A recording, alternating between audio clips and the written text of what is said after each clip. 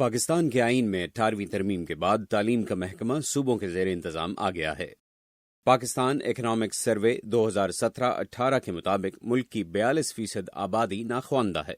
ملک بھر میں اسکول جانے کی عمر والے 5 کروڑ بچوں میں سے صرف 44% اسکول جاتے ہیں۔ پچھلے 5 سالوں کے دوران اسکول جانے والے بچوں کی تعداد میں 5% اضافہ ہوا ہے، لیکن اکثر بچے پرائمری اسکول سے آگے نہیں پڑھتے، جبکہ بیشتر 10ویں جماعت بھی پاس نہیں کر پاتے۔ رقبے کے لحاظ سے سب سے بڑا صوبہ بلوچستان شرح خواندگی میں سب سے پیچھے ہے۔ یہاں لڑکوں کے مقابلے میں اسکول جانے والی لڑکیوں کی تعداد نصف سے بھی کم ہے۔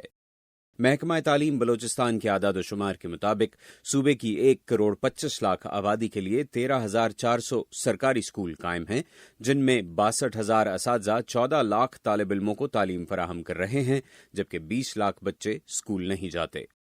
صوبہ پنجاب آبادی کے لحاظ سے ملک کا سب سے بڑا صوبہ ہے۔ صوبے میں سرکاری اسکولوں کی تعداد 52,000 سے زیادہ ہے، جن میں اکثریت پرائمری اسکولوں کی ہے۔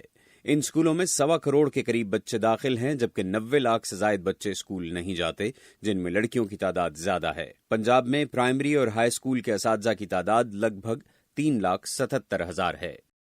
محکمہ تعلیم صوبہ خیبر پختونخوا کے مطابق صوبے بھر میں 26,000 سے زائد سرکاری تعلیمی ادارے ہیں، جہاں پہلی سے 10ویں جماعت تک تعلیم فراہم کی جاتی ہے۔ دوسرے صوبوں کے مقابلے میں خیبر پختونخوا میں آبادی کے تناسب کے اعتبار سے زیادہ بچے اسکول جاتے ہیں، جن کی تعداد 44 لاکھ کے قریب ہے، جبکہ اسکول نہ جانے والے بچوں کی تعداد 18 لاکھ ہے، اور انہیں تعلیم فراہم کرنے کے لیے 1,42,000 اساتذہ موجود ہیں۔ محکمہ سندھ تعلیم کے اعداد و شمار کے مطابق صوبے بھر میں 42,000 سے زائد سرکاری تعلیمی ادارے موجود ہیں، جن میں پرائمری سے سیکنڈری تک تعلیم دی جاتی ہے، جبکہ 1 لاکھ سے زائد اساتذہ تعلیمی اداروں میں خدمات انجام دے رہے ہیں۔